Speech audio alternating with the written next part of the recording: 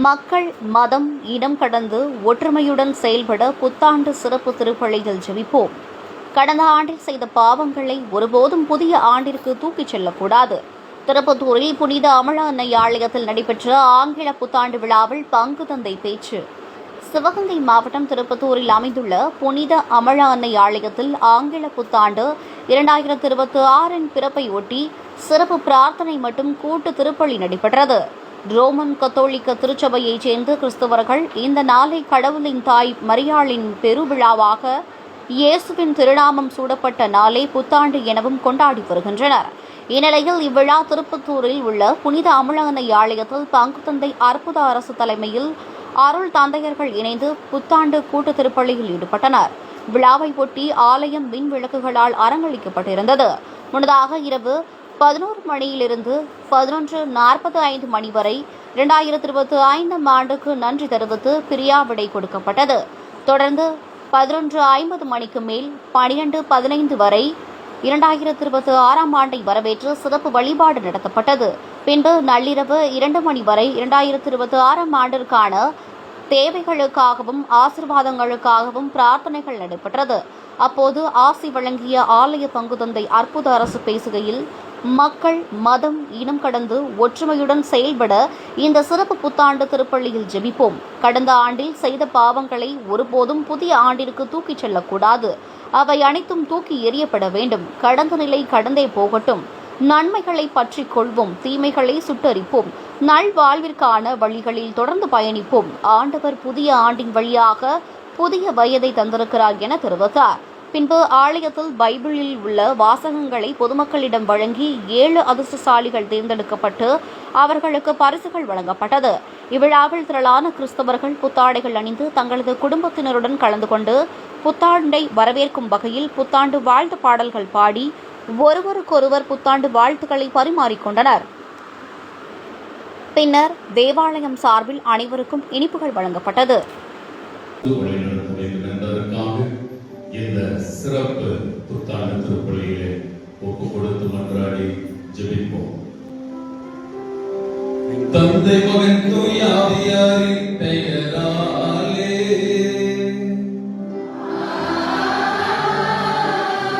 அன்பிற்குரியவர்களே, கடந்த ஆண்டில் நாம் செய்த பாவங்கள் அது ஒருபோதும் அடுத்த இந்த புதிய ஆண்டிற்கு தூக்கிச் செல்லக்கூடாது, தூக்கிச் செல்லப்படவும் கூடாது. எனவே அவை அனைத்தையும் தூக்கி எறிய வேண்டும். கடந்த நிலையில் கடந்தே போவோம். நன்மைகளை பற்றிக் கொள்வோம், தீமைகளை சுட்டரிப்போம். நல் வாழ்வுக்கான பரிசை எதிர்நோக்கி தொடர்ந்து பயணிப்போம். புதிய ஆண்டு கொடையாக இந்த வேளையில் நமக்கு கிடைத்திருக்கிறார். ஆண்டவர் மேலும் ஒரு புதிய ஆண்டின் வழியாக ஒரு புதிய வயதை நமக்கு தந்திருக்கிறார். நாம் தெய்வம் கொடையாக கொடுத்திருக்கக்கூடிய இந்த புதிய வாழ்விற்காக கரம் தட்டி நமது மகிழ்ச்சியை வெளிப்படுத்துவோம். உற்சாகத்தோடு வெளிப்படுத்துவோம். ஆனந்தத்தோடு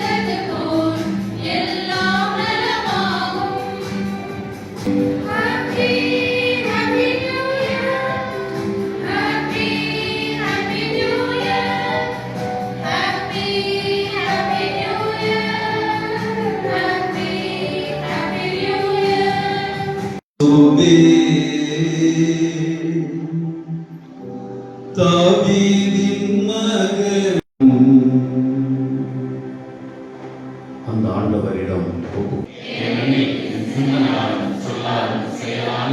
கடமையை தவறிய பெரும் பாவமே. ஆகையால் எப்பொழுதும் கன்னிகையான புனித மரியாதையும் மானதும்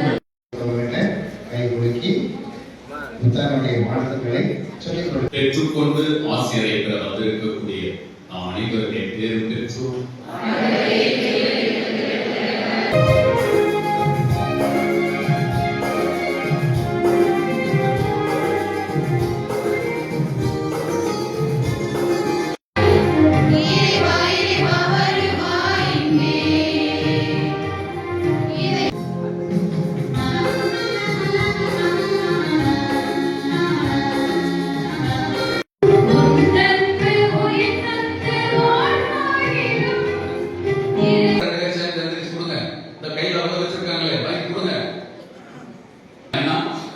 சுயநலமா பக்கத்துல வச்சிருங்க. ஏன்னா திடீர்னு அந்த நம்ம வெளிப்படுத்த ஒரு 7 பேரை தேர்ந்தெடுக்க போறோம். நமக்கு 7 பேர் இருக்கிறாங்க. இந்த ஆண்டினுடைய 7வது அதிர்ஷ்டசாலி. நீர் வாக்களித்த அனைத்தையும் எனக்கென செய்து முடிப்பீர். கீழே வந்துட்டு ஜீசஸ் அனைத்து இருக்கும். பின்பக்கத்துல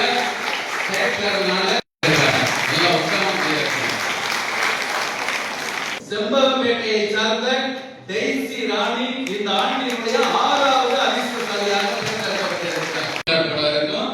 கீழே வந்துட்டு இயேசு ஆண்டவர் குணப்படுத்துறது மாதிரி இருக்கும். அதுல பாத்தீங்கன்னா ஒரு ஓட்டை இருக்கும். அந்த அட்டையில் பின்னால திருப்பி பாத்தீங்கன்னா ஒரு ஓட்டை இருக்கும். பிறகு 4 உண்மையை 4 பின் போட்டிருக்கும். ஆண்டினுடைய 5வது அதிர்ஷ்டசாலியாக தேர்ந்தெடுக்கப்பட்டிருக்கிறார்கள். அவர்கள் 4வது அதிர்ஷ்டசாலியாக இந்த ஆண்டிற்கு தேர்ந்தெடுக்கப்பட்டிருக்கிறார். 3வது அதிர்ஷ்டசாலி. மனிதர் மீது நம்பிக்கை வைப்பதை விட ஆண்டவரிடம் தஞ்சம் புகுவதே நலம். 3வது அதிர்ஷ்டசாலியாக இந்த ஆண்டினுடைய 2வது அதிர்ஷ்டசாலி. நான் உங்களை திக்கற்றவர்களாக விட மாட்டேன்.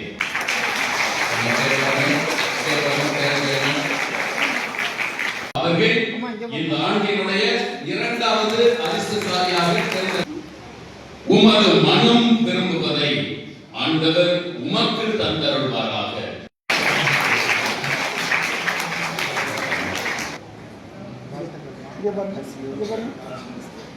நமது திருப்பத்துறை